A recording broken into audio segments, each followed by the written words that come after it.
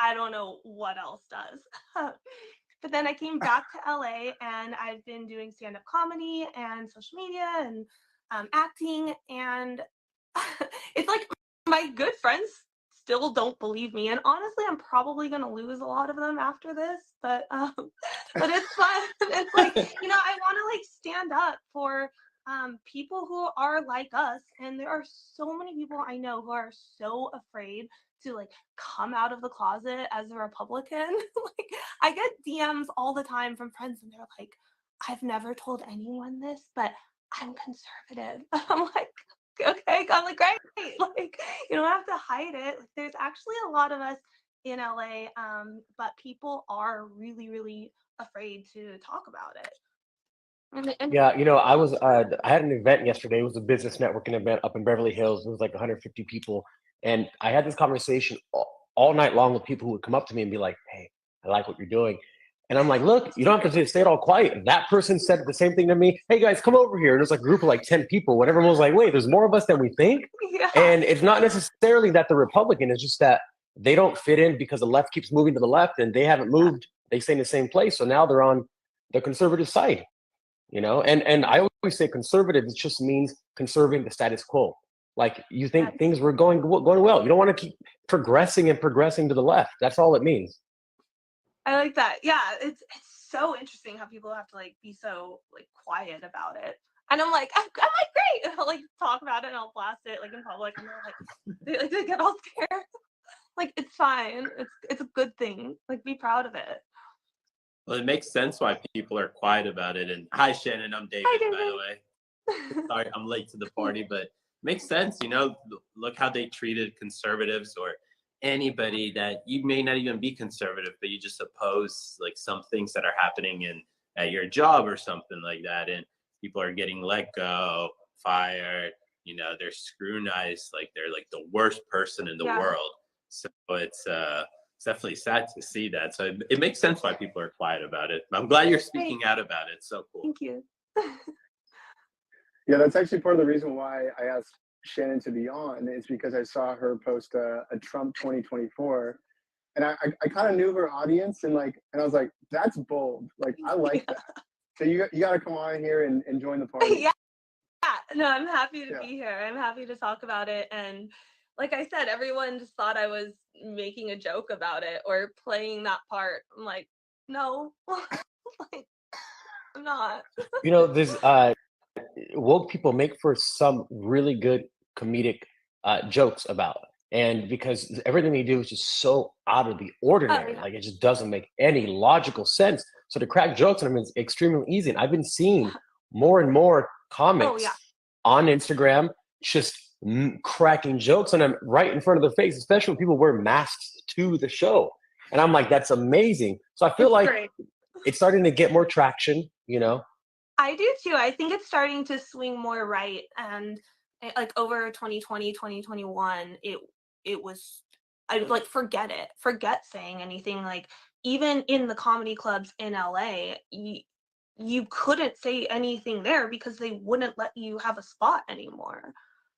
But now it's becoming a lot more acceptable. Thankfully for people like you guys, like other comedians who are just, saying the things that people are thinking and they want to hear, and they want a representative and people like us to be bold. So thankfully it's moving in a good direction. I really see that. Yeah. Do you find comedy like is a good way to kind of break the ice? You know what I mean? Like get more people to be like, okay, I'm not alone. I'm not the only one thinking like this.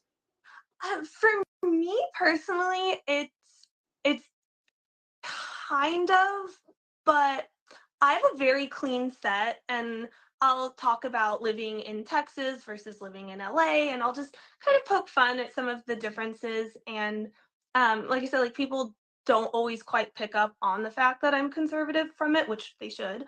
But I think comedy is such an excellent platform for that, because like there are so many conservative comics. Like Theo Vaughn is amazing, and he'll say things and people will change the way that they think from hearing the way that he says it, and it's awesome.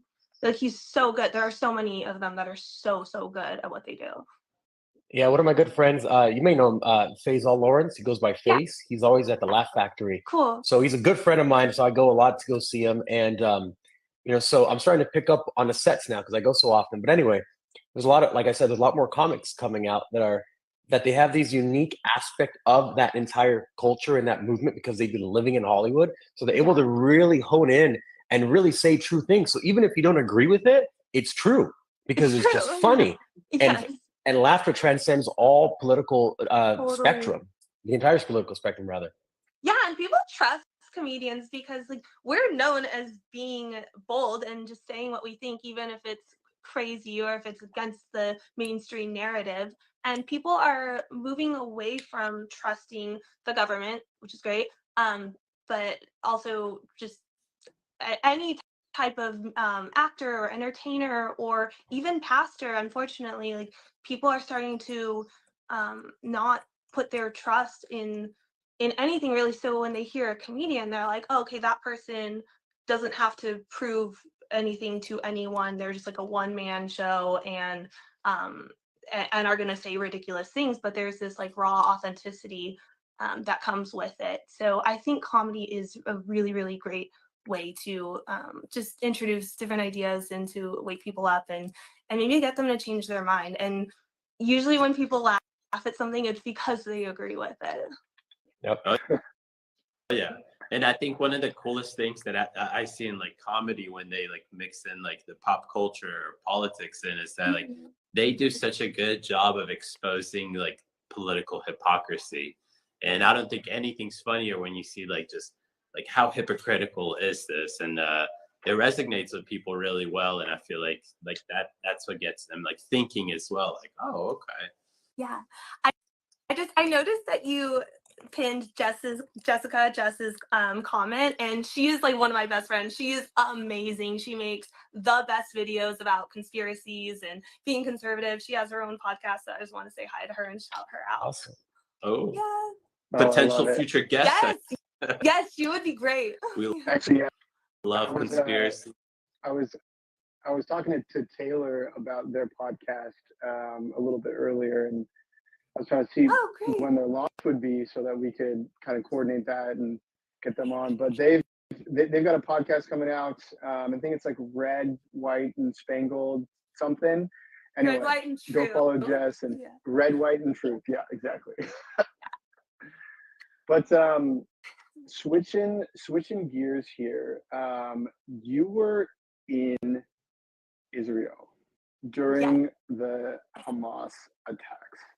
And I was hoping that you could like tell us your story on that and tell us your perspective on everything that happened there, because that's like wild that you were actually there. I cannot believe the timing of it. I have some Jewish heritage and I had been wanting to go there my entire life. It never quite worked out, like every single trip that I had planned. So when this one was booked and set, I was so excited and feeling like, okay, this is the time that I am meant to be there. Like absolutely without a doubt, I knew it was God sending me there at that specific time. And I landed on the night of the 5th. We had a great night. I was there for a wedding, a Messianic Jewish wedding. Half the people are either Messianic Jewish or Christian, same thing really. And friends from all over the world. We all came a week early to celebrate and do a little tour of Israel. So we landed on the night of the 5th. We had a great time. It was Sukkot, a huge Jewish holiday. The next day, we went up to the Sea of Galilee. We got to see where Jesus walked on water. And then the next morning was October 7th, and we woke up to the news that Israel was under attack. And at first I thought, okay, well, like I know this happens. I know, there's a lot of tension in the area and threats happen, maybe small attacks. And some of the people were getting like really, really concerned. And I even thought like they were being a little bit dramatic about it because I'm like, okay, you're already here. Like, don't complain about being here. But as the day progressed, so did the situation. It started escalating very, very quickly. And we had other friends who were going to join us that day. Immediately, their flights started getting canceled. And we got really, we got scared, knowing that we are going to probably be stuck here for a while. And everything just sort of hit so fast, but we were so filled with faith. Like I said, I knew that we were going there for such a time as this when we went, and I couldn't change my mind on that now. Like if I believe that then, like I have to hold that and stand on that truth and just and keep my faith. And like I was with such an incredible group, such strong believers, like warriors. We were worshiping, we were praying, we had such an overwhelming peace, but we were definitely shaken up knowing that we were in a very serious situation. And we were also mourning for all of the people who lost all of their lives that were so close to us in proximity. And um it, it was it was really hard. It was really hard. um we were in Jerusalem for a few days, and nonstop we could hear bombings all night long, hearing the rockets. It sounded like fireworks like booming through the skies, but we knew they weren't fireworks. It was so difficult to get a plane out of there, and every option that we considered was pretty much impossible. We couldn't take, I mean, we looked at like taking a boat from Haifa to Cyprus. That wasn't an option. Going out of Jordan wasn't an option because of visa situations. Um, the only entry point we could have gotten through was like an 11-hour drive through the West Bank. We knew that wasn't an option. And gambling on going to the airport in Tel Aviv was dangerous. I mean, there were rockets that were landing all along the road, all around it. It was under constant threat. And that was even if you could find a flight that would still run. They were getting canceled. All of them were getting canceled. So even if you bought one, that you didn't know until you were on the flight that it was gonna leave. And then even then, the airspace was scary. I actually met someone in the hotel who had 22 separate flights booked, just hoping that one of them would go. So it really took a lot of wisdom, and it took a lot of faith to get out. Like in equal parts, like, we really had to rely on the information that we were receiving, but we also had to discern like when to go and which route to take. And you can really only do that through the Holy Spirit. So thank God, thank God he got us out of there safely. But it was terrifying. We got on this emergency flight to Cyprus. It was an evacuation flight that only kicks into gear when they're under a state of attack. It was owned by Israel. So Cyprus was filled with people fleeing and evacuating, and that didn't feel safe at all either. So for the next 24 hours until we could get a flight out of Cyprus, that was also really scary. Wow. Yeah. And then afterwards, actually we got on a flight from there to Japan because going to Europe would have made the most sense, and then getting home from somewhere in Europe. But they were calling for a global day of jihad all over. Right. So Europe sounded sketchy, New York sounded sketchy, LA. And then when we started seeing these like Palestine protests in San Diego and states all over the US. So that didn't feel safe either. And it was like, what is happening? Like, this is an actual war. Like, that is like a world war that is starting, and we're in the epicenter of it. So going to Japan was finally like a breath of fresh air. I slept for like a week there because I didn't sleep at all the entire time in Israel. But I'm so grateful to be home. But in the last, I believe it's 111 days now, in these last days, just seeing all the anti-Semitism, all the posts that are going around like crazy, and just seeing so much hate and so much division, it's heartbreaking. And and the Israeli people that are still mourning, suffering, worried about their waiting for their loved ones to come home. It's terrible. It's so sad. Yeah, you know, Yeah. fortunately, we're living in a time where there's been a subset of the population that's been brainwashed, like robots. They just keep switching the computer chip. Okay, now go protest this. Now go protest this. They've been brainwashed. Exactly. Like people don't even know what they're protesting. I even had friends that were messaging me saying like, "Oh, you don't know what's actually happening." I'm like, I'm here. I was in and out of bomb shelters. There were so many times that we had to run into the bomb shelter, and it was terrifying. Like there were moments where like I went into full fight or flight mode, and I've never felt that physically before. Having to like in a split second like run with a crowd into a bomb shelter because rockets were landing all around us, and also not knowing like were there gunmen nearby as well.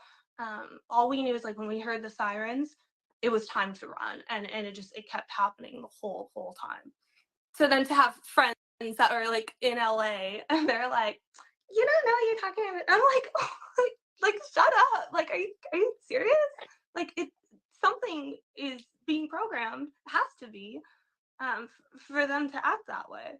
Well, and the thing is, they were serious when they said that. Like they did think that they had the moral high ground because whatever they saw on Instagram told them, and that was their reality, which is so idiotic. It's crazy. Yeah, the best example of that is like when you see like the LGBTQ for Hamas or Palestine, whatever it is. I mean, that's KFC. That's literally chickens for KFC pretty much. Like the same exact thing. It's crazy. And the way you're describing, I was born in Jerusalem, and so I experienced like everything that you're saying. And it's unfortunate that you had to visit Israel like in that circumstance, because Israel is such a beautiful place, and it's crazy what people make it out to be in terms of like, you know, when there's conflict going on, because there's so much to see there. It's probably the only place that honestly all religions are accepted, and they make it out to be the complete opposite, and it sucks for it. So I'm sorry that you had to visit it at that time, but I'm sure that you know, that's definitely an experience that's gonna shape you for the rest of your life. Totally. And I'm actually just so grateful that I was there during that time. I'm not grateful at all that happened, but I am grateful that I was able to be there because my heart for the Jewish people, for all the people, like has just grown so much more, and my faith in God has grown so much more. My discernment, my just gratitude for life, like everything increased, and I knew I was there for that specific time, and I know that even later in my life I'll start unveiling more and more reasons why I experienced that, and it's all gonna work together for good. And I love how everybody came together and took care of each other. Even the people in our hotel, we had like an Israeli breakfast every morning, but they stayed open the rest of the day just to feed the people in the hotel like a family, because there wasn't another option of going out to get food anywhere else. So just seeing that spirit kick in and people taking care of each other was so beautiful. Sounds like the true Israel that I know of. Yes, you know? yes. One big community, ready to help always. Absolutely. And some of my friends, they're not anymore on the front line, but they were. And stories that you hear about is that like every day there's food coming in from all the different restaurants all throughout Israel. Like, and Israel isn't big. I mean, you can go from the tip of it to the bottom of it in like 5 hours. And I live in Atlanta, so literally the metro Atlanta, if you stretch it out to the same size as Israel, that is Israel. And people don't realize that, like when we talk about like Hamas shooting missiles in Israel, it's not like traveling that long. It's like in 10 seconds already inside Israel. And so a big community, honestly, like bringing food all around and everything like that. Sounds like the Israeli people I know. Yeah, totally.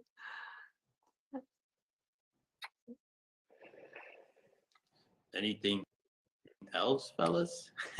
Well, sorry, I thought Jennifer was gonna interject, so I Yeah. was waiting because he looked like he was gonna say something. But Oh no, actually, sorry. okay, so I actually have a question for you because I did stand up once. One of my friends, she got me to go do it at like an open mic kind of thing, and I actually really liked it. And it was a bunch of comedians there. It was like one of those things, you know, with a bunch of comedians. So I did it specifically to make the other comedians feel uneasy. She told me that they always poke fun at each other, you know, Yes. up there. It's like a little give and take. But when you're in a crowd and you look out in the crowd and you see what kind of people are in the crowd, does that kind of want? Because I know you have different sets, different jokes and things like that. Yeah. When you see certain people in the crowd, do you just want to start bringing up certain jokes that are cracked that can be cracked specifically on them, especially if they're woke looking? Well, for me, I usually prepare my sets pretty well in advance, and I like to tell a story throughout it with several callbacks to earlier jokes. So I don't usually change direction while I'm up there. I love to incorporate the audience a little bit if I can, and like, um, but crowd work isn't my Yeah. my specialty. Like I'm better at, I'd say, writing and preparing and telling that overarching story behind it rather than like coming up on the spot with quick one-liners.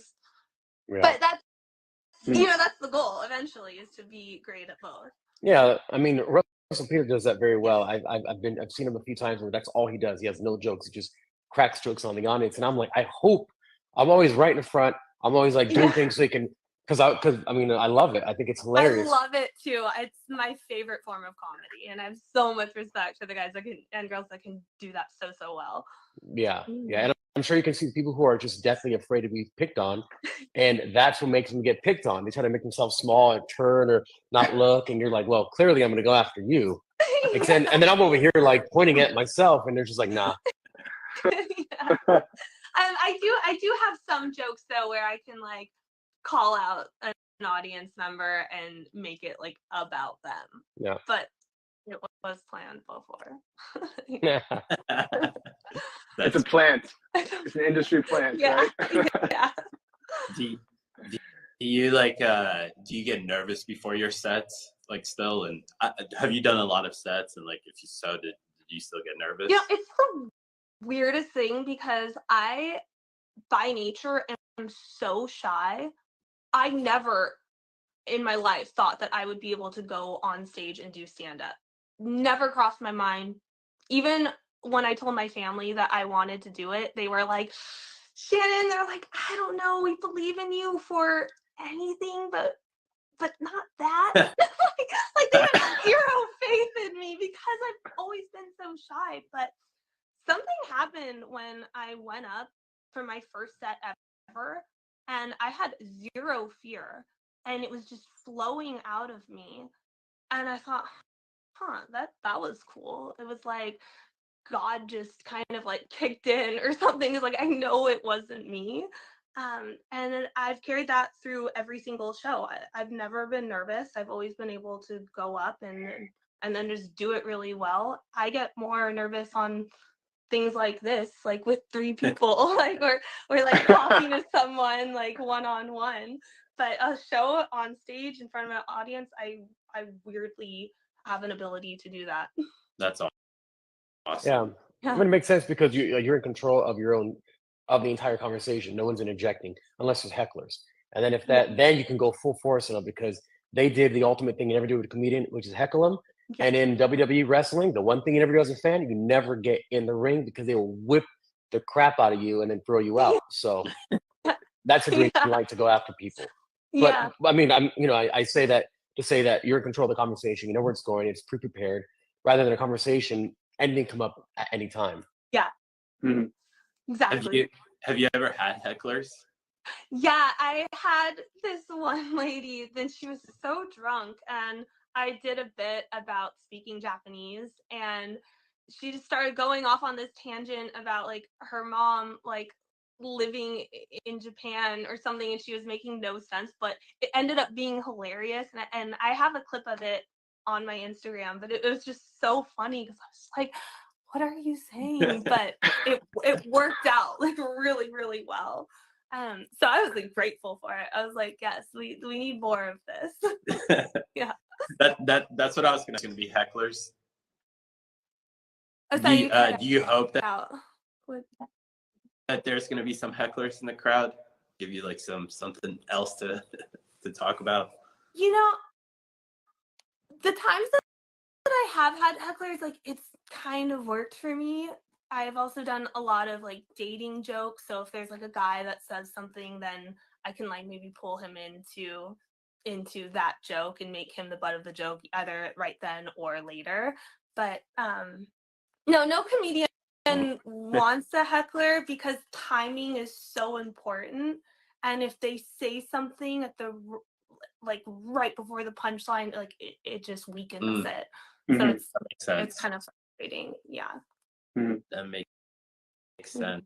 I gotta know what's the I've only gone to one comedy show, and it was Joe Rogan, and it was a big venue, right? And I was wondering, and then I've seen those like comedy shows where everything is smaller, like small, it's compact and whatnot.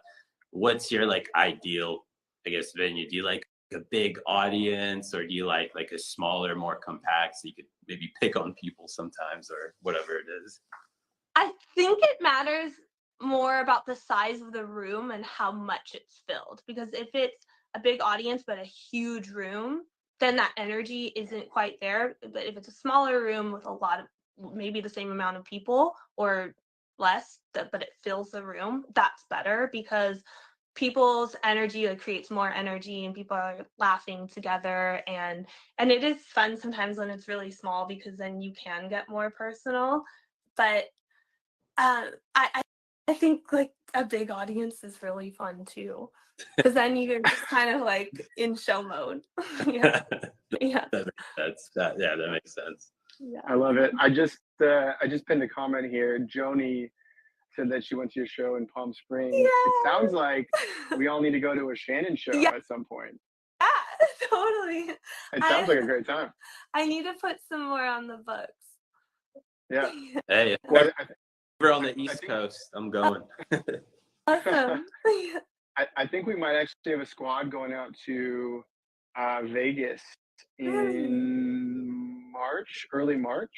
Amazing. So yeah, so we should definitely do that. Totally. Yeah.